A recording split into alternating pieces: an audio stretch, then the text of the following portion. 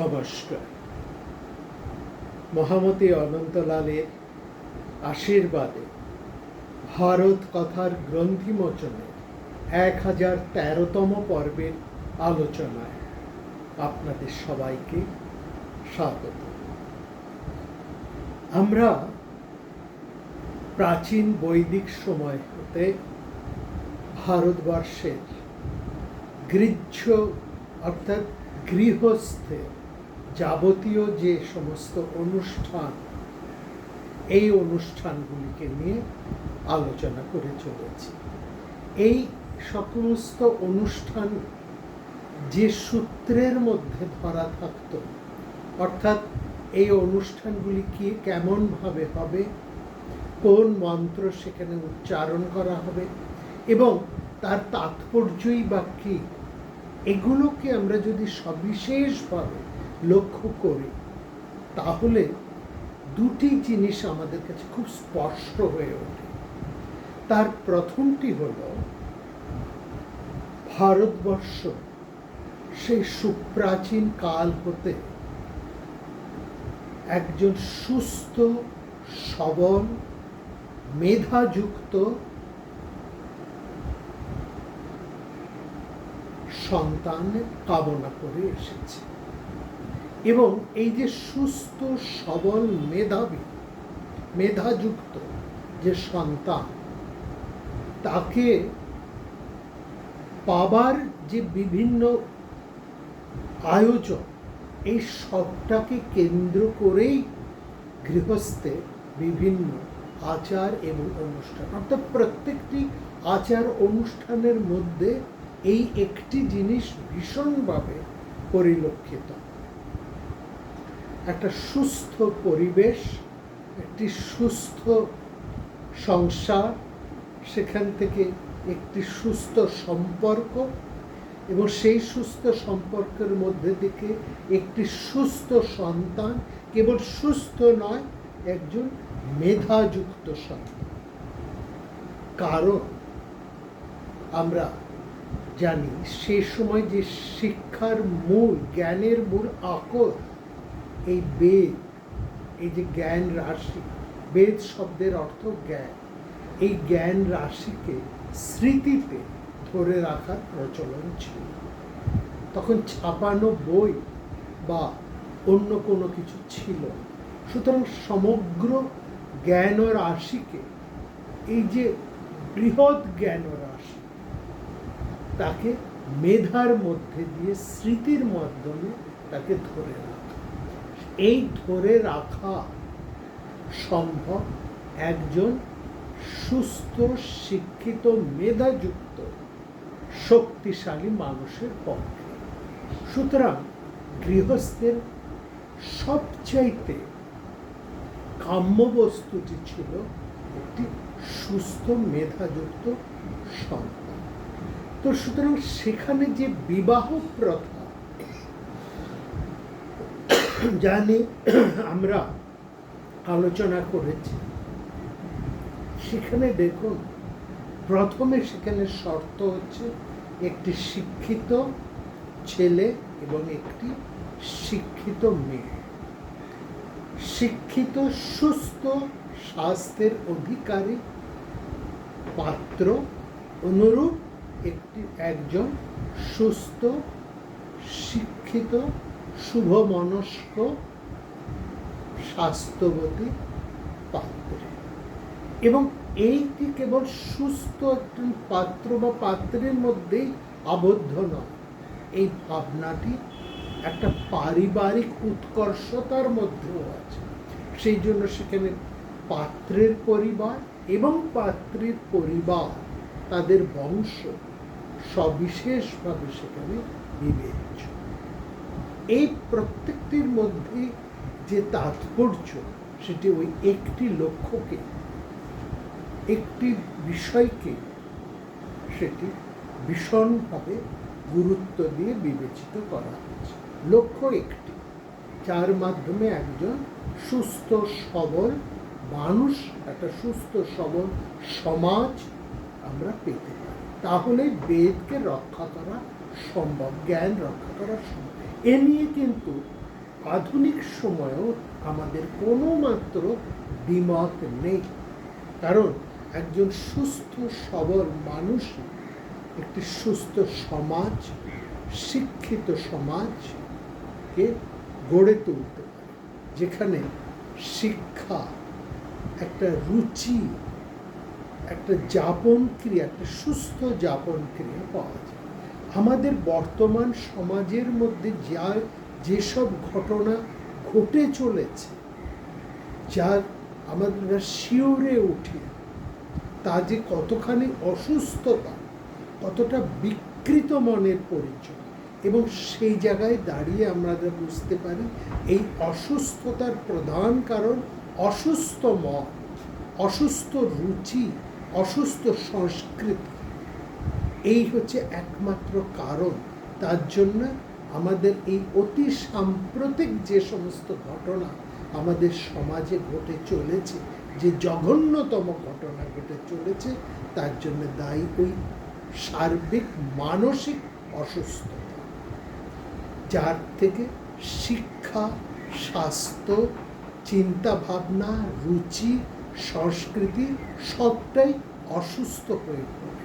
বৈদিক যুগের মানুষেরা এই বিষয়ে সবিশেষ ওয়াকিবহাল ছিলেন। ফলত সেখানে বিবাহ থেকে সে যে শাস্ত্রাচার, কৌলন্যাচার, দেশাচার, সব কিছুর মধ্যেই কিন্তু একটা সুস্থ মনোবৃত্তির পরিচয় সেখানে আমরা পাচ্ছি। তারপরে আমরা সেখানে পাই যে গর্ভাধান, যে পুংসবন, যে সীমন্তয়ন, যে সমস্ত অনুষ্ঠানগুলি, সে প্রত্যেকটা অনুষ্ঠানের মধ্যে দিয়েই একটি সুস্থ স্বাভাবিক সন্তান লাভের একটা ভীষণ আকুতি আমরা সেখানে পাচ্ছি। তারপরে এখানেই শেষ হয়ে যায় না। সন্তান ভূমিষ্ঠ হবার পর বৈদিক সমাজের যে সমস্ত গার্হস্থ, যে সমস্ত ক্রিয়াকলাপ, যে অনুষ্ঠানগুলো ছিল, সেগুলো নিয়েই আমরা আলোচনা করছি। সেখানে দেখছি সন্তান ভূমিষ্ঠ হবার পর তাকে অন্য কেউ স্পর্শ করার আগে একজন গৃহস্থ তার যেমন আনুকূল্যতা, অর্থাৎ তার যেমন সামর্থ্য, সেই সামর্থ্য অনুসারে একটি মহার্ঘ পাত্রে, সেরকম সামর্থ্য থাকলে স্বর্ণপাত্রে, না হলে একটি পাথর বা দামি পাত্রে ঘি এবং মধু নিয়ে তার মধ্যে স্বর্ণ চূর্ণ মিশিয়ে সেই মিশ্রণটি শিশুর ওষ্ঠে, সদ্যজাত ভূমিষ্ঠ শিশুর ওষ্ঠে স্পর্শ করানো। তারপর শিশুর কানের কাছে মুখ রেখে একটি মন্ত্র জপ করা হয়। এই মন্ত্রটিকে বলা হয় মেধা জনন মন্ত্র।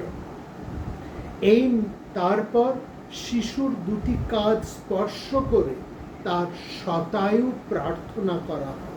তারপরে শিশুর নামকরণ করা।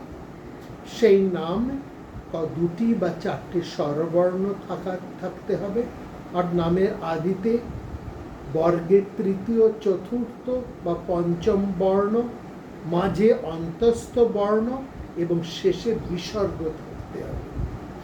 কন্যা এবং পুত্রের নামের মধ্যে একটু পার্থক্য হয়। কন্যার নামের ক্ষেত্রে সাধারণত বিজোড় সংখ্যক স্বরবর্ণ ব্যবহার আমরা দেখি।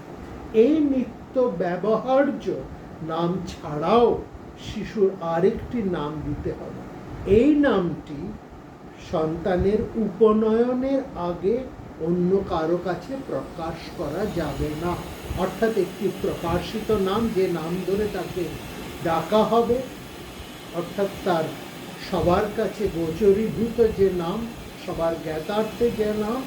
আরেকটি হচ্ছে যে অপ্রকাশিত নাম, সেই নামটি উপনয়নের আগে অন্য কেউ জানে। এই যে কয়েকটি প্রক্রিয়া আমরা বললাম, এই প্রক্রিয়াগুলো একটু ভালো করে খেয়াল করি। প্রথমে বললাম যে সন্তান ভূমিষ্ঠ হবার পর তাকে কেউ স্পর্শ করার আগে সামর্থ্য অনুযায়ী একটি মহার্ঘ পাত্রে ঘি ও মধু নিয়ে তার মধ্যে স্বর্ণচূর্ণ মিশিয়ে সেই মিশ্রণটি শিশুর ওষ্ঠে স্পর্শ করতে হবে। দেখুন, একটি মহার্ঘ, প্রথমে হচ্ছে একটি মহার্ঘ পাত্র। মহার্ঘ পাত্রটির মধ্যে নিয়ে আসা হয়, অর্থাৎ এইটি তাৎপর্য হচ্ছে এই সন্তানটি যে সদ্য ভূমিষ্ঠ হলো, এটি এই পরিবারের কাছে কতখানি মহার্ঘ এইটি বোঝানোর জন্য। অর্থাৎ আমাদের বাড়িতে লক্ষ্য করবেন, যখন সেরকম কোনো গুরুত্বপূর্ণ মানুষ আসেন, তখন আমরা তাকে বসার জন্য সবচাইতে ভালো আসনটি তাকে দিই, সবচাইতে ভালো বসার জায়গাটা তাকে দিই, সবচাইতে ভালো বসার চেয়ার, সোফা বা অর্থাৎ সবচাইতে ভালো বসার আসন তাকে আমরা দিই, তাকে বসার জন্য। অর্থাৎ এই যে তাকে বসার, তাকে সবচাইতে ভালোভাবে তাকে বরণ করে নিয়ে আসা, এই যে সবচাইতে ভালোভাবে তাকে বরণ করা, সবচাইতে ভালো আসন তাকে দেওয়া, সবচাইতে ভালো পাত্রে তাকে ভালো খাবার তাকে দেওয়া, তার পা ধুইয়ে দেওয়া, ইত্যাদি ইত্যাদি। তারপর তার আচমনীয়র জন্য জল দেওয়া, মুখ শুদ্ধির জন্য তাকে কিছু দেওয়া, বা মধুপর্ক। এই মধুপর্কের কথাও আমরা বিস্তারিত আলোচনা করেছি, ভবিষ্যতেও করব। এই সব দেওয়ার অর্থ বা তাৎপর্য হচ্ছে যে এই মানুষটির উপস্থিতি সেই পরিবারের কাছে কতখানি গুরুত্বপূর্ণ, কতখানি মহাযুক্ত অর্ঘ্য, মহার্ঘ। তার কাছে সবকিছুই অর্ঘ্য, অন্তরের আনন্দকে প্রকাশ করছে যে তোমার উপস্থিতি আমাদেরকে গৌরবান্বিত করেছে, তুমি উপস্থিত হয়ে আমাদেরকে সমৃদ্ধ করেছো, আমাদেরকে গৌরবান্বিত করেছো, আমাদেরকে মহিমামণ্ডিত করেছো, তোমার উপস্থিতিতে আমরা গৌরবান্বিত করেছি। এইটা প্রকাশের জন্যই এই আয়োজন। ঠিক একই রকম ভাবে একটি সন্তান যখন ভূমিষ্ঠ হচ্ছে, তখন তাকে একটি মহার্ঘ পাত্রে করে, এবং কি আনা হচ্ছে মহার্ঘ পাত্রের মধ্যে? ঘি, মধু এবং স্বর্ণচূর্ণ। ঘৃত হচ্ছে তেজের প্রতীক, ঘৃত হচ্ছে তেজের প্রতীক। মধু হচ্ছে ভালোবাসার প্রতীক, স্নেহের প্রতীক, মিষ্টত্বের প্রতীক। অর্থাৎ তোমার উপস্থিতিতে তোমাকে আমরা সে ঘৃত, মধু এবং স্বর্ণচূর্ণ হচ্ছে সেই মহার্ঘ, তাকে দিয়ে তুমি এই সংসারে সবচাইতে দামি জিনিস, তুমি এই সংসারে এসো, তোমার উপস্থিতি আমাদের সংসার, আমাদের বংশ, আমাদের কুলকে সমৃদ্ধ করুক। এইভাবে সেই নবজাতককে বরণ করা হয়।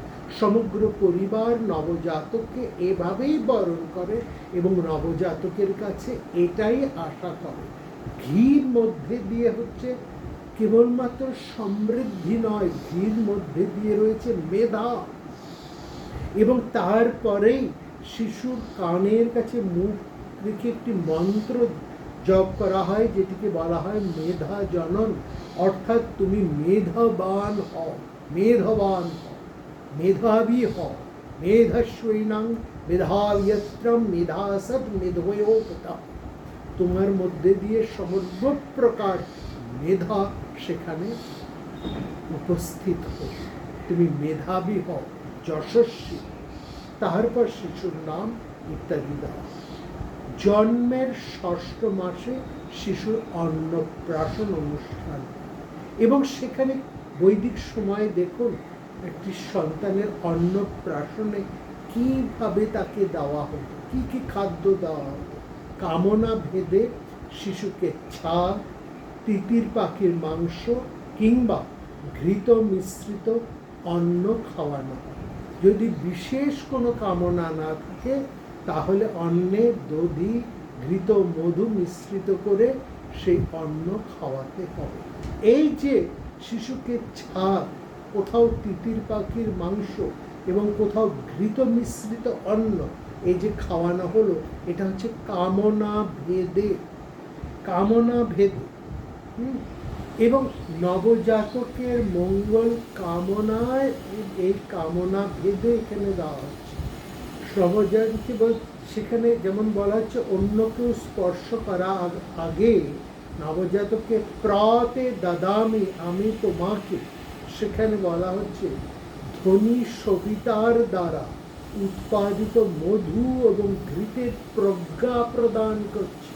কুমারং জাত, পুরাণের আলঙ্ঘাত, কেউ অন্য কেউ স্পর্শ করার আগে আমি তোমাকে সর্পির মধুনি, সর্পির মানে হচ্ছে দধি, মধুই মানে হচ্ছে মধু, হিরণ্য নিকাশং, হিরণ্য চূর্ণ, হিরণ্যেন প্রাসায়, সেই জিনিস আমি তোমাকে দিচ্ছি। প্রাতে দদাপি মধুনা ঘৃতস্য বেদং সবিত্রা প্রসুতং মঘোনম আয়ুষ্মান গুপ্ত দেবতাভি সতং জীব শরদো লোকে অস্মিন ইতি। আমি তোমাকে ধ্বনি সবিতার দ্বারা উৎপাদিত, সবিতা অর্থে সূর্য, ধ্বনি অর্থে সূর্যের মধ্যে সর্বপ্রকার ধন রয়েছে, এই ধন অর্থে আয়ু। সূর্য হচ্ছে আমাদের আয়ুর বা প্রাণের প্রতীক বা প্রাণের উৎস স্বরূপ। বারবার আমরা এই কথা বলেছি, সূর্য হচ্ছে আমাদের প্রাণের উৎস। সূর্য আছে বলেই সংসারের প্রাণ সৃষ্টি। সুতরাং এই সবিতার দ্বারা উৎপাদিত অর্থাৎ মধু এবং ঘৃতের মধ্যে যে প্রজ্ঞা, এই প্রজ্ঞা তোমার আয়ু বৃদ্ধি করুক। এবং শুধু তাই নয়, তারপরেই প্রার্থনা করা হচ্ছে, সেখানে বলছে দেবতার দ্বারা সংরক্ষিত হয়ে, দেবতাদের দ্বারা সংরক্ষিত হয়ে সমস্ত দেবতারা তোমাকে রক্ষা করুক, তুমি আয়ুষ্মান হও এবং এই সংসারে 100 বছর জীবিত থাকো। সতং জীব শরদো লোকে অস্মিন্না ইতি, তুমি এই জগতে থাকো। এবং সেই একটা মহার্ঘ পাত্র বা সুবর্ণময় পাত্রে স্বর্ণচূর্ণ মিশ্রিত ঘৃত মধু নিয়ে তা খাওয়ানোর পর, যেটা আমরা প্রথম হচ্ছে এই অনুষ্ঠান। তারপরে হচ্ছে মেধাজনন জপ, কর্ণায়ন উপনিধায় মেধাজননং জপতি।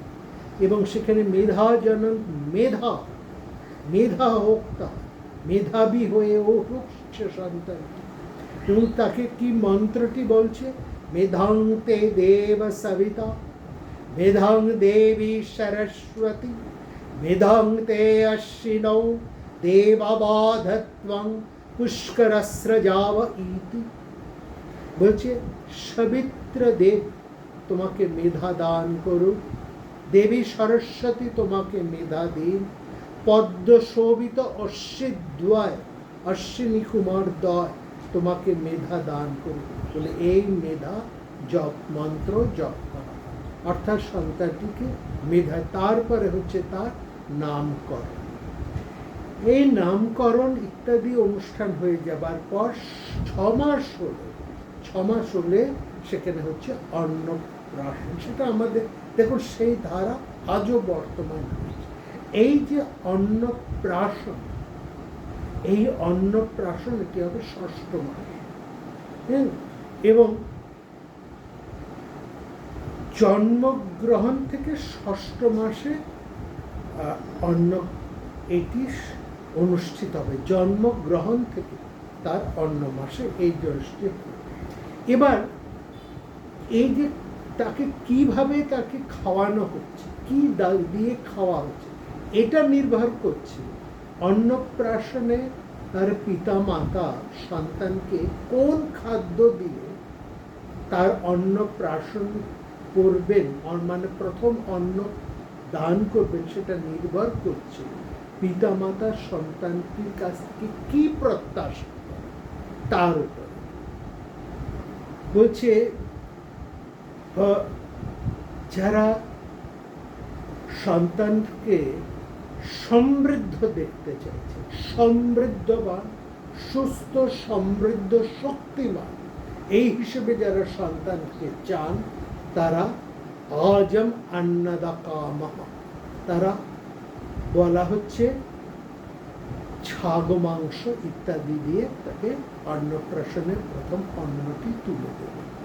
অর্থাৎ অন্নের সঙ্গে শুধু মাংস তো কেউ খায় না, অন্নের সাথে তাকে ছাগ মাংস মিশ্রিত তাকে দেবে, যারা একটি সুস্থ, সবল, শক্তিমান, সমৃদ্ধ সন্তান কামনা করে। যে এবার দেখো, যারা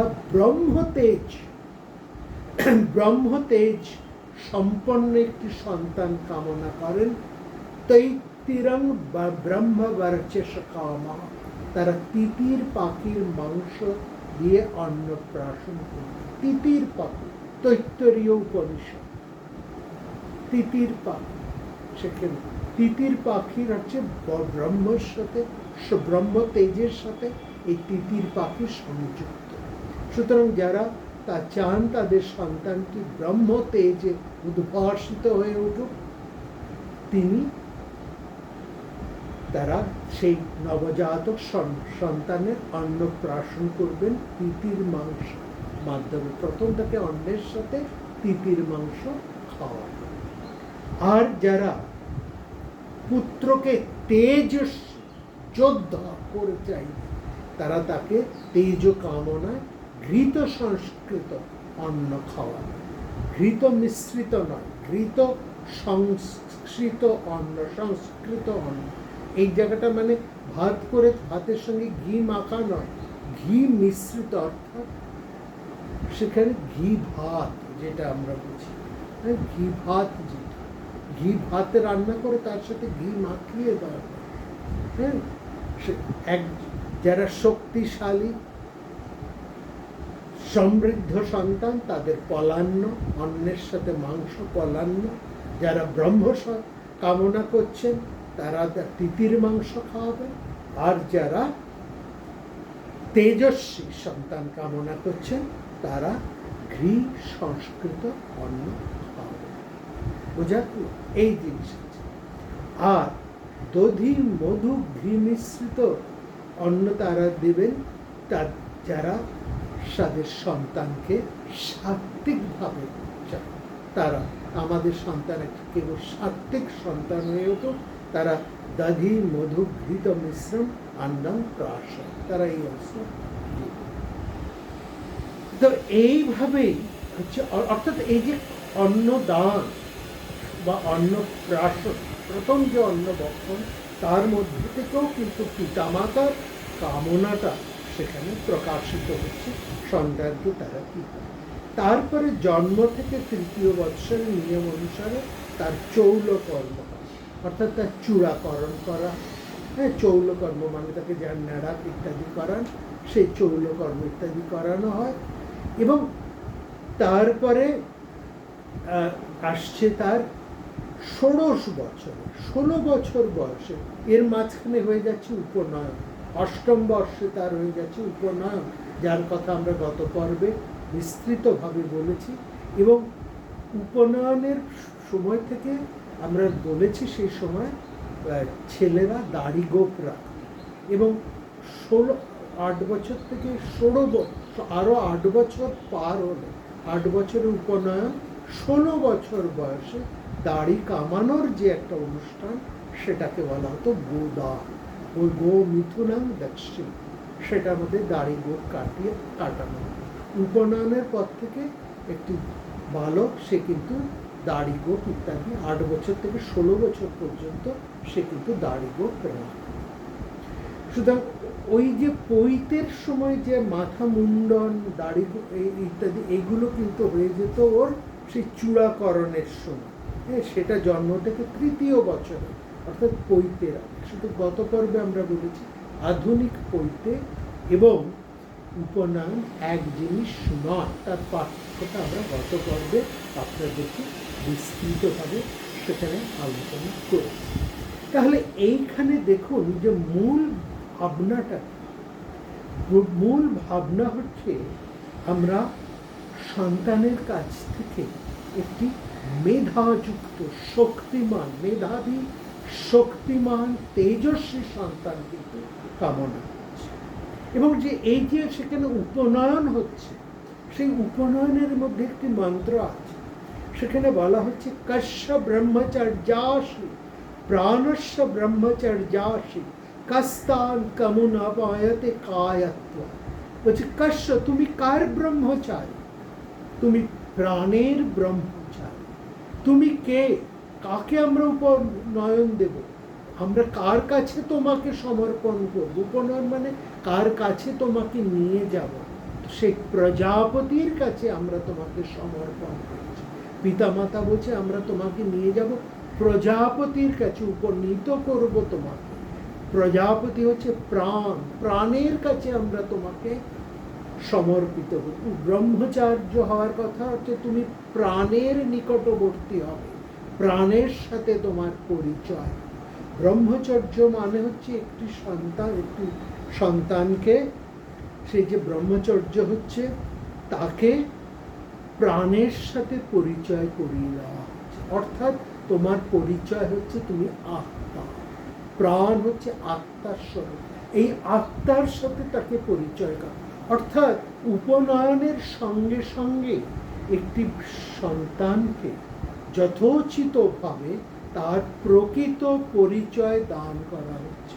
তুমি অমুকের সন্তান কেবলমাত্র নও, তুমি অমুক বংশে এসেছো এটি তোমার একমাত্র পরিচয় নয়, তুমি অমুক দেশ কালের মানুষ এটি তোমার পরিচয় নয়।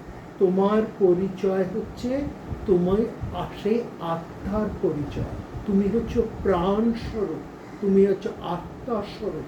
সেই প্রাণের সাথেই আমরা তোমাকে যুক্ত করছি। তোমার সেই প্রাণের কাছেই পিতামাতা, সেই প্রাণের কাছেই তাকে নিয়ে যাচ্ছে। এই প্রাণ অন্তরে যিনি আত্মারূপে, প্রাণরূপে অধিষ্ঠিত, বিশ্ব সংসারে তিনি অগ্নিরূপে অবস্থিত, এবং গুরু রূপে তিনি এই জগৎ সংসার। এই গুরু হচ্ছেন সেই অগ্নি যিনি তোমার সমস্ত অন্ধকার দূর করে তোমার অন্তরের যে অগ্নি, যে প্রকৃত অগ্নি যা দীপ্যমান, সেই অগ্নির আবরণটুকু তিনি সরিয়ে দিয়ে তোমার প্রকৃত পরিচয় দান করবে। অতএব উপনয়নের মূল ভাবনা হচ্ছে পিতামাতা তার সন্তানকে তার প্রাণের সাথে পরিচিত করে দেয় এবং সেই প্রাণের কাছেই তাকে নিয়ে তার প্রাণের হাতেই তাকে সমর্পণ করে দেয়। এইখানেই হচ্ছে উপনয়নের যথার্থ তাৎপর্য। এটি পৈতের সাথে সম্পর্কিত নয়, এটি হচ্ছে উপনীত করা হচ্ছে একটি সন্তানকে। সে কন্যা সন্তান হতে পারে, পুত্র সন্তান হতে পারে, তাকে তার প্রাণের সাথে তার পরিচয়। এবং প্রাণ হচ্ছে এখানে অগ্নি, এবং এখানে বাইরে জগৎ সংসারের মধ্যে তিনি অগ্নিরূপে অবস্থিত, এবং এই বিশ্ব সংসারে তিনি গুরুরূপে প্রতিষ্ঠিত। গুরু যিনি, তিনি একাধারে অগ্নি, একাধারে তিনি সেই প্রাণ স্বরূপ। সুতরাং গুরুর মধ্যে কোনোরকম মনুষ্য বুদ্ধি করা উচিত নয়। গুরু কোনো সাধারণ মানুষ নয়, গুরু হচ্ছেন অগ্নি এবং গুরু হচ্ছে সেই প্রাণ। সেই জন্যে গুরুর মন্ত্রেই বলা হচ্ছে গুরুই হচ্ছে ব্রহ্মা, গুরুই হচ্ছে বিষ্ণু, গুরুই হচ্ছে সেই বিশ্বরূপ, সেই মহেশ্বর।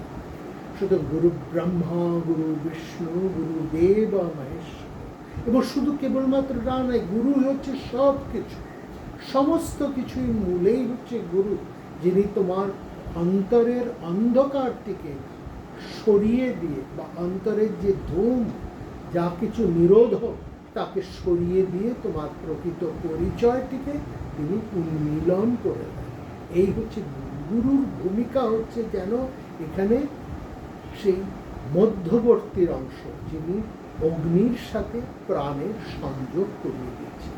এই দেহের অভ্যন্তরে যে অগ্নিরূপ প্রাণ বর্তমান, সেই প্রাণের প্রকৃত পরিচয়টি উন্মোচন করে তোমার প্রকৃত পরিচয়টি, সেখানে মানুষের প্রকৃত পরিচয়টি দান করেন। সেই জন্য গুরু হচ্ছে গু অর্থাৎ অন্ধকার থেকে আলো, রু আলোতে যিনি নিয়ে আসেন। এই হচ্ছে উপনয়নের মূল কথা। এবং এখানে দেখুন প্রত্যেক ক্ষেত্রেই প্রত্যেকটি অনুষ্ঠানের মধ্যে সন্তান জাত গর্ভস্থ সন্তান আশা থেকে উৎপন্ন অর্থাৎ বীজ প্রবেশের ক্ষেত্রে থেকে সেখানে সন্তান উৎপাদন কেবলমাত্র কোনোরকম তেমন একটা যেন কেবলমাত্র শারীরিক মিলনের বা শারীরিক একটা সুখ ভোগের প্রাধান্য এখানে নেই। এবং সেখানে প্রত্যেকটি ক্ষেত্রে এই বীজ দান থেকে আরম্ভ করে যে সেখানে বিবাহের মধ্যে থেকে দুটি প্রাণ, স্বামী স্ত্রী, পুরুষ এবং স্ত্রীর যে মিলন, সেখান থেকেই তারা যে অগ্নি ইন্ধন স্থাপন করছে গৃহে এবং গর্ভে, গৃহে এবং গর্ভে যে অগ্নি স্থাপন তারা করছে, সেখানে তারা বলছেন যে আমরা এই তেজসা সসমধিং আধায় অগ্নিম উপস্পৃশ্য মুখং নির্মাষ্টি ত্রিস্তেজসা মা সবনজমিতি। বলছে এই অগ্নি স্থাপন করেই, অগ্নিকে স্পর্শ করেই তারা বলছেন আমরা তেজকে আমাদের অন্তরে স্থাপন করছি এবং আমাদের অন্তরে যে তেজ আছে সেই তেজকেই আমি গর্ভে স্থাপন করছি এবং গর্ভস্থ সন্তানের মধ্যে এই বিশ্ব সংসারের তেজকে স্থাপন করছি। অর্থাৎ এবং তেজের দ্বারাই তারা যেন প্রত্যেকে নিজেকেই লেপন করছে। তেজসা হি আত্মানাং সমনক্তীতি বিজ্ঞায়ত। এটা ভীষণ গুরুত্বপূর্ণ। তারা প্রত্যেকেই তেজের দ্বারা পরিপুষ্ট হয়ে একটি তেজবান সন্তানকে কামনা করছে। এবং সেখানে প্রার্থনা হচ্ছে প্রতিদিনের গৃহস্থের প্রার্থনা, ত্রিসন্ধ্যা যে প্রার্থনা, ত্রিসন্ধ্যা অর্থাৎ প্রভাতে, সূর্যোদয়ের পূর্বাহ্নে, মধ্যাহ্নে এবং সূর্য অস্তগামীকালে সন্ধ্যায়, এই তিনটি সময় হচ্ছে ত্রিসন্ধ্যার প্রার্থনা। সেই প্রার্থনা মন্ত্রটি কি অপূর্ব শুন। সেখানে বলছে ময়ি মেধাং ময়ি প্রজাং মজ্জগ্নিস্তেজ দধাতু, ময়ি মেধাং ময়ি প্রজাং ময়ীন্দ্র ইন্দ্রিয়ং দধাতু, ময়ি মেধাং ময়ি প্রজাং ময়ি সূর্যভ্রাজ দধাতু, যত্তে অগ্নে তেজস্তেনাহং तेजस्वी भूयसाम, जत्ते अग्ने वर्चस्तेनाहं वर्चस्वी भूयासम, जत्ते अग्ने हरस्तेनाहं हरस्वी भूयासम, ईतुपस्थाय जन्नपस्तुपसंगृह्य भूयात् अधीहि भो सावित्रीं भो भो अनुब्रव अनुब्रव अनुब्रव इति। मयि मेधा, অগ্নি আমাকে মেধা, আমাকে প্রজা এবং আমাকে তেজ দিন। আমাকে মেধা দান করুন, আমাকে প্রজা অর্থাৎ সন্তান দান করুন এবং আমাকে তেজ দান করুন। ইন্দ্র আমাকে প্রজা দিন, আমাকে ইন্দ্রিয় দিন। সূর্য আমাকে মেধা দিন, আমাকে সন্তান দিন, আমাকে আলোক দিন। হে অগ্নি, তোমার যে তেজ তার দ্বারা যেন আমি তেজস্বী হই। হে অগ্নি, তোমার যে দীপ্তি তার দ্বারা যেন আমি দীপ্তিমান হই। হে অগ্নি, তোমার যে হরণ করার ক্ষমতা তার দ্বারা যেন আমি হরণ ক্ষমতা যুক্ত হই। এইভাবে তারা আচার্যের চরণ স্পর্শ করে যে প্রার্থনা মন্ত্রটি তারা শিক্ষা করেন, এই প্রার্থনা মন্ত্রই তারা ত্রিসন্ধ্যা সেই গৃহস্থে গৃহীরা স্বামী এবং স্ত্রী মিলিতভাবে ত্রিসন্ধ্যা এই মন্ত্র তারা উচ্চারণ করে। এবং সেখানে দেখুন যখন উপনয়ন যখন হচ্ছে তখন আচার্য যে মন্ত্রটি পাঠ করেন সেটি একবার লক্ষ্য করুন। আমরা গত পর্বে এই মন্ত্রটি বলতে পারিনি সময় অভাবে, আজকে আমরা বলছি। উপনয়নের সময় আচার্য তার শিষ্যের হৃদয় স্পর্শ করে কোন যে মন্ত্রটি উচ্চারণ করেন সেই মন্ত্রটি একবার মন দিয়ে শুনুন। কোনো মিল পাচ্ছেন কি? হৃদয় দেশ সা অর্ধাঙ্গুলিং পানিং উপদদাতি, অর্থাৎ শিষ্যের হৃদয়ে এইভাবে আঙ্গুলি, ঊর্ধ্ব আঙ্গুলি পানিং উপদদাতি, তার হৃদয়ের মধ্যে এইভাবে শিষ্যের হৃদয়ে এই আঙ্গুলির উপরিদেশ দ্বারা স্পর্শ করে বলে, মম ব্রতে হৃদয়ং তে দধামি, মম চিত্তানুচিত্তং তে অস্তু, মম বাচকম ব্রত যুজস্য বৃহস্পতিষ্ঠানি যুক্তং মজ্জম ইতি। তো আমার কর্মে তোমার অন্তর স্থাপন করছি, চিত্ত তোমার আমার চিত্তের অনুগামী হোক, আমার বাক্যে তুমি একব্রত হয়ে আনন্দ করো, বৃহস্পতি তোমাকে আমার সঙ্গে যুক্ত করো। এই মন্ত্র ঊর্ধ্বঙ্গুলি দিয়ে দক্ষিণ হাত শিষ্যের হৃদয়ে স্থাপন করে গুরু এই মন্ত্র পাঠ করেন, আমার কর্মে তোমার অন্তর স্থাপন করছি, মম ব্রতে হৃদয়ং তে দধামি, তোমার চিত্ত আমার চিত্তের অনুগামী হোক, মম চিত্তানুচিত্তং মে অস্তু, আমার বাক্যে অর্থাৎ আমার কথায় তুমি একব্রত হয়ে আনন্দ করো, মম বাচমেকব্রত যুজস্য, বৃহস্পতি তোমাকে আমার সঙ্গে যুক্ত করুক, বৃহস্পতি দ্বাব নিযুক্তং মহজ্জম ইতি। এই মন্ত্র আর বিবাহের মন্ত্র এক বলে মনে হচ্ছে এক।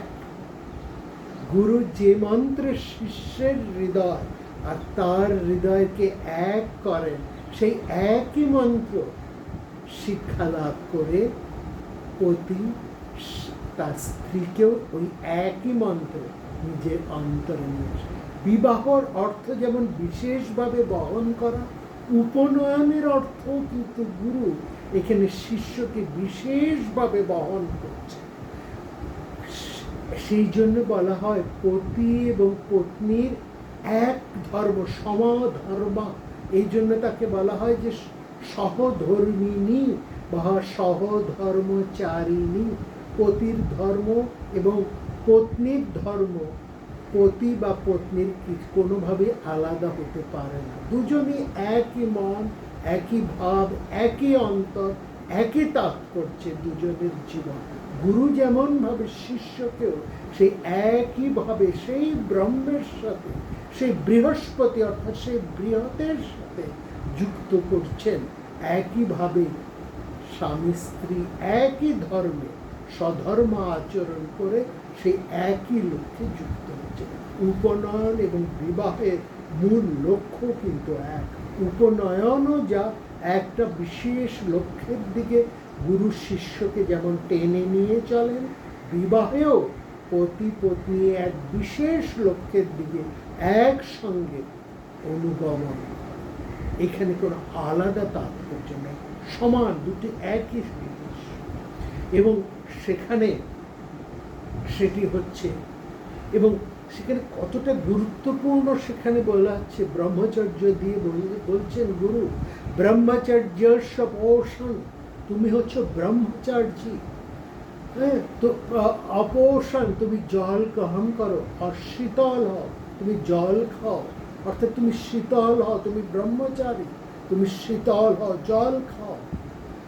কর্ম করু, কাজ করো, বিভামা সাপস্যে, তুমি দিনে নিদ্রা যেও না, আচার্য ধীন বেদম অধিষ্ণেস্য ইতি, আচার্যের অধীনে তুমি বেদ অধ্যয়ন করো।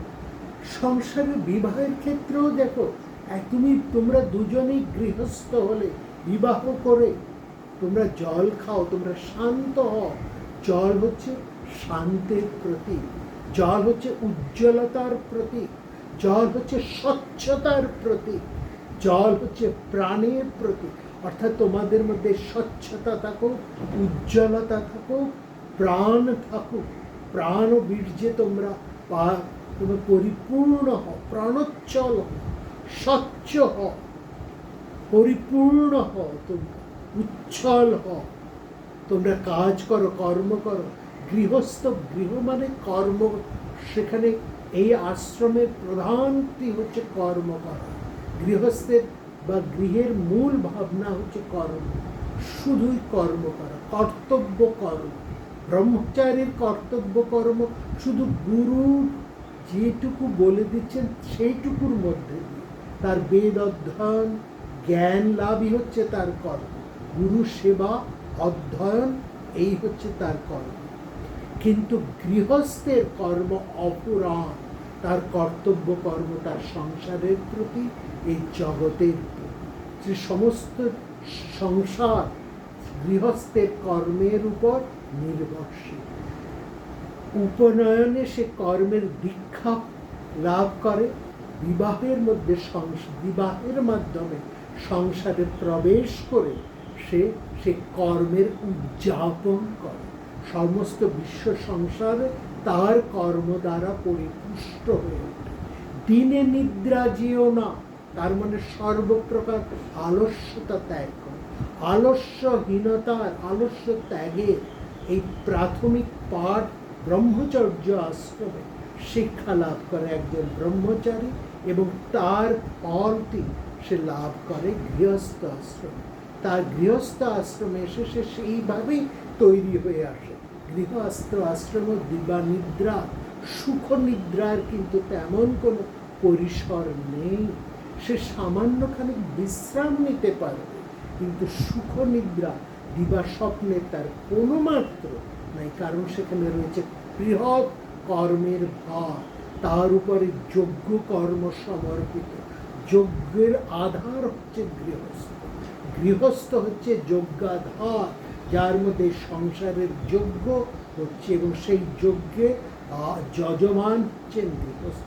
স্বামী এবং স্ত্রী একসঙ্গে, কেবল স্বামী নন, কেবল স্ত্রী নন, সশক্তিক বিবাহিত একজন যজমানই সেই যজ্ঞের যজমান বা অধিকারী। বিবাহিত না হলে যজমান হতে পারে না। অর্থাৎ স্ত্রী যদি না থাকে তাহলেও সে কিন্তু যজমান হতে পারে না। সুতরাং এখানে স্বামী স্ত্রী উভয়ের সমান গুরুত্ব। রামায়ণে রামচন্দ্র সীতা যখন পাতালে প্রবেশ করেন, তখন রামচন্দ্র যখন পরবর্তীকালে অশ্বমেধ যজ্ঞ করেন, তখন তিনি স্বর্ণ সীতা নির্মাণ করে তাকে তার বাঁ পার্শ্বে প্রতিষ্ঠা করে সশক্তিক হয়ে তিনি সেই যজ্ঞে অর্ঘ্য দান করবার ক্ষমতা বা অধিকারী হয়েছিলেন, অধিকার লাভ করেছিলেন। সুতরাং এইখানে কতটা গুরুত্বপূর্ণ এই গৃহস্থ ধর্ম, এবং গৃহস্থ ধর্মের প্রারম্ভিক সূচনাটা ব্রহ্মচর্য। ব্রহ্মচর্যে একজন গৃহস্থকে তৈরি করা, এবং গৃহস্থ আশ্রম হচ্ছে তার পরীক্ষাগার। এটা হচ্ছে মনে রাখা। 12 বছর সে যে বেদ ব্রহ্মচর্য সে যে পালন করলো, এবং যতদিন পর্যন্ত তার শিক্ষা সম্পূর্ণ না হয়, 12 বর্ষানি বেদ ব্রহ্মচর্যম বলেই সেখানে বলা আছে গ্রহণান্তং বা গ্রহণান্তং বা যতক্ষণ পর্যন্ত তার শেখা সম্পূর্ণ হচ্ছে ততদিন পর্যন্ত, বেশি দিন লাগলেও তাকে গুরুগৃহে থেকে যেতে হবে। স্নাতক, সেই জন্য 3 ধরনের স্নাতকের কথা আমরা পাই। বিদ্যা স্নাতক, ব্রত স্নাতক, বিদ্যাব্রত স্নাতক। যে 12 বছরের আগেই বিদ্যা অধিকার করে ফেলেছে সে হচ্ছে বিদ্যা অধিগত করে ফেলেছে, সে হচ্ছে বিদ্যা স্নাতক। যার 12 বছর হয়ে গেলেও যে না শিখে সে ফিরে আসে, সে হচ্ছে ব্রত স্নাতক। আর যে 12 বছরে বিদ্যা শিক্ষা সম্পূর্ণ করে ফিরে আসে, সে হচ্ছে বিদ্যাব্রত স্নাতক। সুতরাং এই ক্ষেত্রে ব্রহ্মচর্য এবং গৃহস্থ মধ্যে কতটা গভীর সম্পর্ক রয়েছে এটা বলতে হবে। একটি সম্পূর্ণ না হলে আরেকটি আশ্রমে প্রবেশে কোনো রকম সে অধিকার লাভ করে না, তো একটির পরে সে আরেকটি তাকে লাভ করতে হবে। এবং এইখানে যে সমস্ত অনুষ্ঠানগুলোর বলা হয়েছে, গৃহস্থ যে অনুষ্ঠান, গৃহস্থ অনুষ্ঠানের ক্ষেত্রে আমরা একটি কথা বলেছি যে শ্রোতকর্ম অর্থাৎ যজ্ঞকর্মে 3 ধরনের অগ্নি, সেখানে অগ্নি হচ্ছে প্রধান। কিন্তু গৃহযজ্ঞ বা গৃহস্থের যে সমস্ত অনুষ্ঠানগুলো সেখানে কখনো আগুন থাকতে পারে, অগ্নির সেখানে গুরুত্ব আছে, তবে সেই অগ্নি সেখানে সবসময় যে আগুন জ্বালাতে হবে সেটা নয়, সেখানে অগ্নি কিন্তু বিভিন্ন উৎকর্ষতার মধ্যে দিয়ে, বিভিন্ন তাৎপর্যের মধ্যে দিয়ে রয়েছে। যেমন আমরা একটি বলেছি, প্রত্যেকটি যে অনুষ্ঠান, গৃহের যে সমস্ত অনুষ্ঠানগুলো হয়, প্রত্যেকটি অনুষ্ঠানের পরে সেখানে একটি ব্রাহ্মণ ভোজনের কথা আমরা বলেছি। সেই ব্রাহ্মণ ভোজনের কথা আমরা বলছি, সেই তার মুখে ব্রাহ্মণ হচ্ছে অগ্নিস্বরূপ, তার মুখের মধ্যে অগ্নির অবস্থান। ব্রাহ্মণের চরিত্র হচ্ছে আগুনের মতো, তিনি ব্রাহ্মণ যিনি অগ্নির মতন চিরশুদ্ধ তেজস্বী। অগ্নি যেমন শুদ্ধ তেজপূর্ণ, তেমনি হচ্ছে সেরকম ব্রাহ্মণ ভোজনের অন্যের আরেকটি নাম হচ্ছে ব্রহ্মৌদন। ব্রহ্মৌদন অর্থাৎ ব্রাহ্মণকে যে ব্রাহ্মণের মুখে যে অন্নদান, যে ব্রাহ্মণ ভোজন, এটি হচ্ছে সেই অগ্নিরই মধ্যে আরেকটি সমর্পণ, অগ্নির মধ্যে আহুতি দান, অগ্নির মধ্যে যজ্ঞ, অগ্নির মধ্যে আহুতি দান এবং ব্রাহ্মণকে ভোজন সমর্পণ। এছাড়াও তারপরে আমরা যেটি সম্পূর্ণ গুরুত্বপূর্ণ আরেকটি আমরা দেখলাম, সেটি হচ্ছে মেধাজনন। সমস্ত সন্তান সংক্রান্ত যাবতীয় যা কিছু অনুষ্ঠান হয়, একেবারে তার বীজ বপন থেকে ভূমিষ্ঠ হওয়া পর্যন্ত এবং ভূমিষ্ঠ হওয়ার পর থেকে তার উপনয়ন পর্যন্ত পরপর যতগুলো অনুষ্ঠান হল, প্রত্যেকটি অনুষ্ঠানের মধ্যে একটি প্রার্থনা আমরা কিন্তু সেখানে পাই, যেন একটি মেধাবী সন্তান, একটি স্বাস্থ্যবান মেধাবী সন্তান। এবং সেখানে এই যে বরণ করার কথা আমরা বলছি, সেখানে আমরা দেখেছি তাকে মধুপর্ক দানের কথা বলা হচ্ছে। এই যে মধুপর্ক ব্যাপারটি, এই মধুপর্কটি যেমন দিয়ে একটি ভূমিষ্ঠ সন্তানকে বরণ করা হয়, ঋত্বিকদেরকে বরণ করার সময় মধুপর্ক দেওয়া হয়। ঋত্বিজ বৃত্বা মধুপর্কম আহরে, যার সমাবর্তনের পর গৃহে উপস্থিত যে সমস্ত স্নাতক যারা তাদের পড়াশুনো সমাপ্ত করে সমাবর্তনের সাথে গৃহে উপস্থিত হয়েছে, তাদেরকে মধুপর্ক প্রদান করা হয়। স্নাতকায় উপস্থিতায় মধুপর্ক দদাম, তাদেরকে রাজাকে মধুপর্ক দেওয়া হয়। এই যে মধুপর্ক, এই মধুপর্কটির মূল হচ্ছে যে এই বিশ্বের যিনি বিরাট, এই বিশ্বের যিনি বিরাট, সেই বিরাটকে এই ত্রিষ্টুপ ছন্দের মাধ্যমে তাকে ভক্ষণ করা হচ্ছে। এইভাবে এই সমস্ত বিরাটকে, এই বিশ্ব সংসারের মধ্যে যে সেই বিরাট এর উপস্থিতি, সেই ব্রহ্মের উপস্থিতি, সেই ব্রহ্ম কিভাবে রয়েছেন? তিনি মধুর মধ্যে দিয়ে রয়েছেন, তিনি ঘৃতের মধ্যে দিয়ে রয়েছেন, তিনি শর্করার মধ্যে দিয়ে রয়েছেন, তিনি দধির মধ্যে দিয়ে রয়েছেন। এই লাবণ্য, পুষ্টি, মেধা, ধৃ, শক্তি, তেজ সমস্ত কিছু মিলিত হয়ে সেই বিরাটকে আমরা আস্বাদ করছি। এই মধুপর্ক আস্বাদ সে বিরাটকে আস্বাদ। এই মধুপর্ক দান তোমাকে সেই বিরাটের সাথে একীভূত করা হচ্ছে, তোমাকে সেই বিরাটের মতন ধারণাই তোমাকে আমরা দেখছি। তুমি সেই বিরাটের অংশে অংশীভাগ হও, এবং সেখান থেকে বলা হচ্ছে ডান দিক থেকে নয়, বাঁ দিক থেকে নয়, মধ্যভাগ থেকে তুমি সেই মধুকে আস্বাদ করো। বিবাহের সময়, বিবাহের ক্ষেত্রে পাত্রকে মধুপর্ক দান করা হয়। দেখবেন সে প্রাচীন সময়ে এক অতি সাধারণ একজন গৃহস্থ বৈদিক কাল, সে পাত্রকে আর কিছু দিতে পারুক বা না পারুক, একটি মধুপর্ক দান করত, এবং এই মধুপর্ক দানটি হচ্ছে শ্রেষ্ঠ দান। এই মধুপর্কটি পাত্রকে শ্রেষ্ঠ পান। তাকে যত কিছুই দেওয়া হোক না কেন, যত ধন রত্ন টাকা পয়সা বস্ত্র অলঙ্কার, তার ক্ষমতা ভেদে যত কিছুই তাকে দেওয়া হোক না কেন, তার শ্রেষ্ঠ লাভ দানটি হচ্ছে ওই মধুপর্ক। ওই মধুপর্ক দিয়ে বলা হচ্ছে বিরাটের সাথে আমি তোমাকে সেই বিরাটের সঙ্গে তুলনা করে, আমি সেই বিরাটের মতন করে আমরা তোমাকে বরণ করি। ভূমিষ্ঠ শিশুকে সেই দৃষ্টিতে বরণ করা হয়। উপনয়নের সময় তাকে একটি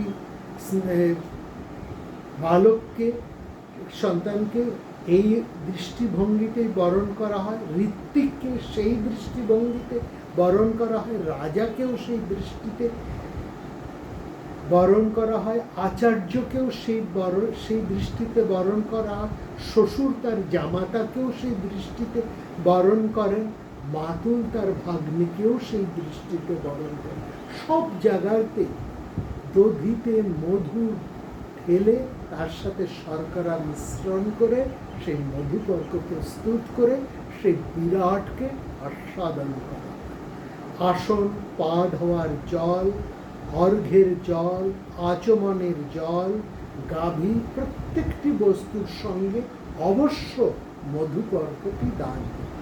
মধুপর্ক হচ্ছে তোমাকে সে ব্রহ্মের ভাবনায় ভাবিত করে তোমাকে আমরা গ্রহণ করি। তুমি সেই বিরাটকে আস্বাদ করো, তোমার মধ্যে দিয়েই আমরা সেই বিরাটকে আস্বাদ করছি। এইটি হচ্ছে মধুপর্কের মূল ভাবনা। এইখান থেকে, এই সমস্ত ভাব থেকে সব শেষে একেবারে অনেক কাল পরে আমাদের এই যজ্ঞ উপবীতের একটি ধারণা বা পৈতের ধারণাটা এসছে। এই যজ্ঞ প্রবীত, যজ্ঞ যুক্ত উপবীত, যজ্ঞ প্রবীত, মেধাতিথি একে বলতেন যজ্ঞসূত্র। যজ্ঞের সাথে যাকে যুক্ত করে দেওয়া হচ্ছে যে সূত্রের মাধ্যমে, সেটি হচ্ছে যজ্ঞসূত্র। এবং বলা হচ্ছে এই যজ্ঞসূত্র ত্রিবর্ণের মানুষই ধারণ করতে পারে, অর্থাৎ যারা জ্ঞান লাভ করবে। এই ত্রিবর্ণর ক্ষেত্রে আবার আমরা কিন্তু বারবার একটি করা বলছে, জন্মানো মাত্রই মানুষ হচ্ছে শূদ্র, এবং এই জন্মানো মাত্র যে কোনো বর্ণের যে কোনো কুলেই যে সন্তান জন্মায় সে হচ্ছে শূদ্র। এবং সেই জন্যই দেখবেন জন্ম শৌচ বলে একটি কিন্তু সে সময় পালন করা। অশৌচ, জন্মার কোনো গৃহে সন্তান জন্মালে একটা অশৌচ হয়। অশৌচ মানে অপরিষ্কার, তাকে পরিষ্কৃত করা হচ্ছে, জন্মাশৌচ। সেই সময় সেই পরিবারে একটা অশৌচ প্রথা চলে। এই অশৌচ প্রথার তাৎপর্য হচ্ছে সন্তানটিকে যেন শুচিতার করে রাখা হয়। জন্ম সময়ের ক্ষেত্রে তার মধ্যে একটা অশুচিতা এসছে। তার দুটি তাৎপর্য। প্রথমটি হচ্ছে শিশুটিকে যখন জন্মানো হলো তাকে খুব শুচিতার সাথে রক্ষা করা হয়, শিশুর মধ্যে যাতে কোনো রকম জার্মস যাতে প্রবেশ করতে না পারে, সেই দিকে তাকে অগ্নিস্পর্শ করিয়ে, ওই যে তাকে সোনার তার দধি ঘৃত ইত্যাদি দিয়ে তা স্পর্শ করিয়ে তারপরে তাকে একটা পরিষ্কৃত বস্ত্রের মধ্যে রেখে পরিষ্কৃত স্থানে মধ্যে রাখা হয়। অর্থাৎ সর্বপ্রকার হাইজিনিক ব্যাপার স্যাপারগুলো সেটা রাখা। এই যে প্রত্যেক বেলায় তাকে হাইজিনিক কিছু কাজ করে যেতে, প্রতি বেলা ধাত্রী 3বার তাকে বলা হচ্ছে এই পরিশ্রুতর কাজ করতে হবে। সুতরাং এই যে 3বার এই তার পরিশ্রুতের যে কাজগুলো করা হয়, এই সবটাই কিন্তু হাইজেনিক সেন্স। তার ঘরটাকে 3বার পরিষ্কার করা হবে, তার বিছানা 3বার পরিষ্কার করা হবে, যিনি তাকে ধারণ করে রেখেছেন তার জননী কিংবা ধাইমা যে ধাত্রী তাকে তিনি 3বার স্নান করবেন, 3বার তিনি পরিষ্কৃত হবে। সব কিছুর মধ্যে কিন্তু সেন্স অফ হাইজিনটার সাথে রয়েছে। এবং তার সেখানে একটা অগ্নিকা থাকবে, অগ্নিকুণ্ড সেই ঘরের কোনায় থাকবে। সেই অগ্নি যেন নির্বাপিত না হয়ে যায় সেই দিকে লক্ষ্য রাখতে হবে। অগ্নিও সে শুদ্ধতা রাখবে, ঘরটা যাতে স্যাঁতস্যাঁতে না। এবং বলা হয় একটা পরিষ্কৃত সম্পূর্ণ আলাদা গৃহে, এবং সেই গৃহে জননী অভিজ্ঞা ধাত্রী ছাড়া অন্য কেউ যখন তখন প্রবেশ অধিকার থাকবে না। এবং এটি চলবে 21 দিন।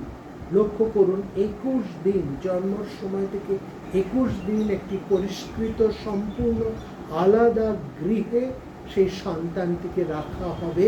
সেটি হচ্ছে তার ধাত্রীশালা, যেখানে যার জন্মাবে সেই গর্ভ, যেখানে তার ভূমিষ্ঠ হবে সেই ভূমিষ্ঠ শালা, গর্ভগৃহ। সেটি একটু উচ্চ জায়গা হবে, সেটা খুব বেশি উঁচু না আবার বেশি নিচু না। সেটি যেন কোনো রকম স্যাঁতস্যাঁতে ধরনের না হয়। এবং সেই ঘরের দিকে বড় বড় উঁচুতে, অনেক উঁচুতে, অর্থাৎ মেঝে থেকে অনেক উঁচুতে বড় বড় জানালা থাকবে। সেখানে যেন যথেষ্ট পরিমাণ আলো বাতাস সেই গৃহে আসতে পারে। ঘরের চারপাশে যাতে কোনো রকম দুর্গন্ধ বা অন্য কোনো রকম গাছপালা বা অপরিচ্ছন্ন কোনো বিষয় আশ্রয় যাতে না থাকে, তার দিকে লক্ষ্য রাখতে হবে। কতটা বিষয় এই নিয়ে ভাবা। এবং সেই ঘরটিকে যেমন সংস্কার করা হবে, ঘরের চতুর্দিক সেখানে সংস্কার করা হবে। এবং সব ভাবনা কিন্তু দেখুন হাইজেনিক ভাবনা। এই ভাবনাটা পরবর্তী সময়ে নষ্ট হয়ে গিয়েছিল। সেই জন্য আমরা দেখলাম এই নষ্ট হয়ে গিয়ে পরবর্তীকালে একটা অন্ধকার স্যাঁতস্যাঁতে কখনো রান্নাঘর বা একটা অপরিচ্ছন্ন গৃহকে ওই ধাত্রীশালা করা হতো, এবং সেখানে বহু শিশু মারা যেত। প্রাচীন সময়ে বা বৈদিক যুগে কিন্তু এই ভাবনা নয়। সেখানে কিন্তু পরিষ্কার বলা আছে কীরকম ঘরে কারা রাবে, এবং বারবার অভিজ্ঞা ধাত্রীর কথা সেখানে বলা হচ্ছে, যিনি এই ভূমিষ্ঠ করতে অত্যন্ত পারদর্শী, এরকম 1 অথবা 2 তাকে রাখতে হবে। এবং তাকে যথেষ্ট পরিমাণ পারিতোষিক দিয়ে তাকে খুশি করে রাখতে হবে। এবং শুধু ভূমিষ্ঠ করার পরেই তার কাজ শেষ হয়ে যাবে না। জন্মের পর থেকে 21 দিন সে জননীর সাথে, অর্থাৎ যিনি প্রসবিনী তার সাথে সেই ধাত্রীও থাকবে। তিনি এবং ভূমিষ্ঠ জননী ছাড়া অন্য কেউ সেই গৃহে যখন তখন প্রবেশ করতে পারবে না। এবং তারাও কতবার নিজেরা পরিষ্কৃত হবে, কিভাবে পরিষ্কৃত হবে তার প্রকৃষ্ট ব্যাপার স্যাপার ওই গৃহ্য সূত্রের মধ্যে, আস্বালান গৃহ্য সূত্রের মধ্যে, এবং অন্যান্য যে সমস্ত গৃহ্য সূত্রের কথাগুলো আমরা বলেছি, সেই সমস্ত গৃহ্য সূত্রের মধ্যে, ঋগ্বেদীয় গৃহ্য সূত্রের মধ্যে সেখানে কিন্তু আমরা খুব ভালো করে খুব বিস্তৃতভাবে আমরা সেখানে পাচ্ছি। সুতরাং এই জায়গাটা হচ্ছে বিশেষ গুরুত্বপূর্ণ। অর্থাৎ এই জায়গা থেকে তারপরে যে আস্তে আস্তে শিশু ভূমিষ্ঠ হচ্ছে, শিশু বড় হচ্ছে, এবং সেখানে সবসময় একটি স্বাস্থ্যবান মেধাবী শিশুর কামনাই করছে। এবং সেখানে আসছে এই যজ্ঞোপবীত। এই যজ্ঞোপবীত আসছে কিন্তু যজ্ঞের সাথে সমর্পিত, উপনয়নের সাথে যজ্ঞোপবীতের কোনো সম্বন্ধ কিন্তু নেই। বারবার আমরা এটা বলছি, যজ্ঞোপবীত হচ্ছে যজ্ঞের সাথে সম্পর্কিত। পরবর্তী সময়ে, বহু পরবর্তী সময়ে তা উপনয়নের সাথে সম্বন্ধিত হয়ে গেছে। উপনয়নের সাথে যজ্ঞোপবীতের প্রথম বৈদিক যুগে প্রথম দিকে তার কোনো সম্পর্ক ছিল না। অনেক পরবর্তীকালে সেটি উপনয়নের সাথে সম্পর্কিত হয়েছে। কিভাবে এসেছে? এখানে এই যে যজ্ঞ উপবিদ, এটি ত্রিবর্গের। এইখানে যে কথাটা আমরা বলতে এসেছি যে জন্মমাত্রই প্রত্যেকেই শুদ্ধ, সংস্কারের মাধ্যমে তার ডিগ্রি অনুসারে, তার গুণ অনুসারে সে হয় বিপ্র, না হয় সে ক্ষত্রিয়, না হয় সে বৈশ্য। আসলে মানুষ কিন্তু ত্রৈবর্ণিক। এই মধ্যে হয় সে বিপ্র, স্বভাবত সে হবে বিপ্র, না হয় সে ক্ষত্রিয়, আর না হবে সে বৈশ্য। আর সে যদি সেবা মনোভাব হয় তাহলে সে হবে শূদ্র। শূদ্র শব্দের অর্থ সেবা মনোভাব। তাহলে যে সমস্ত সার্ভিস সেক্টরে যারা রয়েছে তারাই সবাই কিন্তু শূদ্র বর্ণ। এটা মনে রাখবেন, ডাক্তার থেকে আরম্ভ করে ইঞ্জিনিয়ার থেকে আরম্ভ করে যারা সার্ভিস সেক্টরে রয়েছে প্রত্যেকেই কিন্তু শূদ্র বর্ণ। যারা ব্যবসা বাণিজ্যের সাথে যুক্ত, যাদের ব্যবসা বাণিজ্য রক্তের মধ্যে রয়েছে তারা বৈশ্য। যারা যুদ্ধ বিগ্রহ শাসন কার্য পলিটিক্সের সাথে যারা রয়েছেন তারা হচ্ছেন ক্ষত্রিয়, এবং যারা অধ্যয়ন অধ্যাপনা জ্ঞান চর্চার সাথে যারা রয়েছেন তারা হচ্ছেন বিপ্রবর্ণ। এই হচ্ছে চারটি বর্ণ। এবং বিপ্রদের সূত্র হচ্ছে কার্পাস। কার্পাস সূত্র তারা ধারণ করে। আর ক্ষত্রিয়ের হচ্ছে শন। শন হচ্ছে ক্ষত্রিয়ের, আর বৈশ্যের হচ্ছে হয় মেষ, না হয় সাধারণত মেষের লোমের সূত্র। এবং এই যেটা লক্ষ্য করুন, বিপ্র তারা সাধারণত গৃহ এই সংসারের এই সময়ের মধ্যে থাকে, তারা হচ্ছে কার্পাস, শুদ্ধ বস্ত্র এবং সেটি কার্পাস। ক্ষত্রিয় তাদের যুদ্ধ, তাদের শক্ত বক্তব্য, তারা শনের উপবিদ বা সূত্র ব্যবহার করে। বৈশ্যরা তারা ব্যবসা বাণিজ্যের সঙ্গে তারা মেষ লোমের সূত্র ব্যবহার করে। এবং মহাভারতের মধ্যে যজ্ঞের নাগসূত্রের কথা আমরা পাই, সেই যে ব্যাপার, অর্থাৎ শ্রৌত এবং স্মার্ত কার্যের মধ্যে যজ্ঞোপবীত দেধার্য, দুই কাজের জন্য যজ্ঞ উপবীত ধারণ করা হয়। একটা হচ্ছে শ্রৌত কর্ম অর্থাৎ যজ্ঞ কর্ম, এবং স্মার্ত কর্ম অর্থাৎ পুরোহিত। যজ্ঞ কর্মের জন্য ঋত্বিকেরা এবং স্মার্ত কর্মের জন্য পুরোহিতেরা এই উপবীত ধারণ করে। এবং এই উপবীত ব্রাহ্মণদের কাছে বস্ত্রের সমান। এই তারা যদি উপবীতটা এই কার্পাসের জন্য তারা দেখুন কার্পাস সূত্র দ্বারা উপবীত বা যোগ ধারণ করত। কার্পাস থেকেই কিন্তু এই বস্ত্র তৈরি। সুতরাং ব্রাহ্মণের তারা যদি এই যজ্ঞ উপবীত ধারণ করে আছেন কার্পাস দ্বারা প্রস্তুত, সেটাই তাদের কাছে বস্ত্রের সমান। তারা সুতরাং তারা খালি গায়ে, নগ্ন দেহে খালি গায়ে তারা একটি কটিবৃত বস্ত্র তারা অত নিম্ন দেশে পড়েছেন, উপরের দিকটা তাদের সম্পূর্ণ উন্মুক্ত, সেখানে তাদের যদি একটি ওই কার্পাস সূত্র থাকে সেটাই তাদের কাছে বস্ত্রের সমান হচ্ছে। সেটা হচ্ছে নিবেশিত বস্ত্র তাদের, না কেবলং যজ্ঞসূত্র। সেই এটি কেবলমাত্র যজ্ঞসূত্র নয়, সেটা হচ্ছে বস্ত্র সাবি তথা বস্ত্রের অর্থেই সেটা থাকে। সেটা কেমনভাবে থাকে, বাম কাঁধে ন্যস্ত এবং দক্ষিণ কক্ষে, বাম স্কন্ধে ন্যস্ত, দক্ষিণ কক্ষে অবলম্বিতভাবে উপবীত ধারণ করা। এইটি হচ্ছে যজ্ঞের উপকরণ, সেই জন্য এটির নাম হচ্ছে যজ্ঞোপবীত। যজ্ঞ উপবীত যজ্ঞের সময় ব্রহ্মচারীর বাম স্কন্ধে যে যজ্ঞসূত্র স্থাপন করে দক্ষিণ মুখে ঝুলিয়ে দেওয়া হয় সেটাকে বলা হয় যজ্ঞসূত্র বা যজ্ঞ উপবীত বা উপবীত, এবং আমরা সাধারণ ভাষায় এখন সেটাকে বলি পৈতে। যজ্ঞ উপবীতের ধারণা সর্বপ্রথম আমরা পাচ্ছি কৃষ্ণ যজুর্বেদ তৈত্তরীয় সংহিতা। এখানে উপবীত ধারণের কিছু নিয়মের কথা বলা হচ্ছে, এবং বলা হচ্ছে মানুষ সাধারণত মনুষ্য কার্যের জন্য যে সময় যখন যে উপবীত ধারণ করা হয় তার নাম হচ্ছে নিবিত। পিতৃকর্ম করার সময় গলার মধ্যে যেভাবে মালার মতন যেটি সূত্রটি করা হয় সেটাকে বলা হয় প্রাচীনাবিদ। এবং দেবকার্য করবার সময় যেটিকে ধারণ করা হয় সেটিকে বলা হয় উপবীত।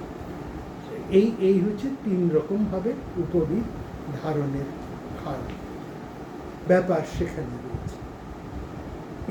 এই জায়গায় যে উপবীত ধারণ করার সময় যেটি বলা হচ্ছে যে উপবীত যে কোন উপবীত কীভাবে ধারণ করতে হবে, সেখানে দেবস্মৃতি এ ব্যাপারে একটা সেখানে বিধান দিয়ে রেখেছে। সেটা দেবস্মৃতির সাথে কার্পাসের হতে পারে, ক্ষৌম হতে পারে, বলকলের হতে পারে, তৃণ গোপুচ্ছ লোমের হতে পারে। এর মধ্যে যে উপাদান সহজে পাওয়া যায় সেই উপাদান দিয়ে যজ্ঞ উপবীত তৈরি করা যায়। এবং যজ্ঞ উপবীতের ধারণ করার সময় বলা হচ্ছে সন্ন্যাস, ব্রহ্মচারী এবং সন্ন্যাসীরা একটি উপবীত ধারণ করবে, গৃহস্থ এবং বানপ্রস্থিরা তারা 2টি করে উপবীত ধারণ করবেন, এবং বস্ত্রের অভাবে আরেকটি 3য় উপবীত ধারণের কথাও সেখানে বলা হচ্ছে। 2টো উপবীত ধারণ করে শ্রৌত কর্ম এবং একটি উপবীত ধারণ করে স্মার্ত কর্ম করবার কথা সেখানে পরিষ্কারভাবে বলা আছে। যজ্ঞ উপবীত যদি ছিঁড়ে যায়, পুরনো হয়ে যায়, সেটাকে বদলে নতুন করে নিতে হবে। কিন্তু এমন যদি কোনো জায়গায় পড়া হয়, এমন কোনো একটা অবস্থা হলো যেখানে চট করে যজ্ঞ উপবীত পাওয়া যায় না, নতুন করে তৈরি করা সম্ভব নয়, সেখানে যজ্ঞ উপবীত যদি ময়লা হয় সেটাকে পরিষ্কার করে নিয়ে বা ছিঁড়ে গেলে সেটিকে আবার গিট দিয়ে সেই যজ্ঞ উপবীত ব্যবহার করা যায়। এটি কেবলমাত্র বিশেষ বিশেষ ক্ষেত্রে কথাই বলা হয়েছে, যেখানে উপবীত তৈরি করা বা পাওয়া সহজসাধ্য, এরকম ক্ষেত্রে। আর যজ্ঞ উপবীতের ব্যবহার বলছে যে তেল মাখার সময়, সমুদ্র স্নানের সময়, পিতৃমাতৃ বিয়োগে বা তাদের শ্রাদ্ধ কর্মের সময় উপবীত ত্যাগ করে আবার নতুন করে পরিষ্কার করে উপবীত ধারণের কথা সেখানে বলা হয়েছে। এবং এই যে উপবীত ধারণ, এই উপবীত ধারণের মূল ব্যাপারটাই হচ্ছে কিন্তু যজ্ঞকর্ম বা স্মার্ত কর্মের সাথে কিংবা একটি বস্ত্রের অলঙ্কার হিসেবে সেটি ব্যবহার। মনে রাখবেন, যজ্ঞ উপবীতের সাথে উপনয়নের আগে কোনো সম্পর্ক। এটি একটি ব্রাহ্মণ্য চিহ্নে পরবর্তীকালে এসেছে, অনেক পরবর্তী সময়ে এটি একটি ব্রাহ্মণ্য চিহ্নে এসেছে। কিন্তু সে সময় আমরা দেখছি, প্রাচীন সময়ে দেখছি, ব্রাহ্মণ ছাড়াও ক্ষত্রিয় বৈশ্যরাও উপবীত ধারণ করত। অর্থাৎ যার সংস্কার হয়েছে, যার বেদ জ্ঞান লাভ হয়েছে, তিনি উপবীত ধারণ করতে সমর্থ। যার বেদ জ্ঞান হয়নি, যার জ্ঞান লাভ হয়নি, যার শিক্ষা লাভ হয়নি, তিনি উপবীত ধারণ করতে পারবেন না। অর্থাৎ ব্রাহ্মণ বংশ জন্মগ্রহণ করে ঘটা করে উপবীত ধারণের কোনো তাৎপর্য কিন্তু নেই। উপবীত ধারণের, উপবীত হচ্ছে একটা চিহ্ন। উপবীত শব্দটির অর্থ কিন্তু একটি চিহ্ন, অর্থাৎ তুমি যজ্ঞ করা, স্মার্ত ক্রিয়াকর্ম করার অধিকারী হয়েছ। এই যজ্ঞ উপবীত হচ্ছে তার স্মারক বা চিহ্ন। ব্রাহ্মণ কুলে জন্মেছ, অতএব ঘটা করে তোমার উপবীত ধারণ হলো, এর কোনো তাৎপর্য কিন্তু হয় না। তুমি উপবীত ধারণের যোগ্য করা হয়ে উঠেছ। তুমি যজ্ঞ কর্ম করার কিংবা স্মার্ত কর্ম করার, অর্থাৎ জ্ঞান লাভ হয়েছে, এর পরিচয় হচ্ছে এই উপবীত। এইটি যেন আমরা ভুলি না। যজ্ঞ উপবীতের এইটি হচ্ছে প্রধান তাৎপর্য। যজ্ঞ ক্রিয়ার সামর্থ্য লাভ করেছেন যিনি, তিনি যজ্ঞ উপবীত ধারণের অধিকারী। আজ এই অবধি। আগামী পর্বে আমরা আসব এই প্রাচীন বৈদিক যে গৃহস্থের যে সমস্ত অনুষ্ঠান বা ধর্ম, সেখানে শ্রদ্ধা বা এই যে বারবার আমরা শ্রদ্ধা কথাটিকে পাচ্ছি, শ্রদ্ধা সহকার, এই শ্রদ্ধার তাৎপর্য এবং সেখান থেকে শ্রাদ্ধ কর্ম কিংবা একেবারে মানুষের অন্তিম সংস্কার, সেই অন্তিম সংস্কারের তাৎপর্য। সবাই খুব ভালো থাকবেন। আপনাদের সঙ্গে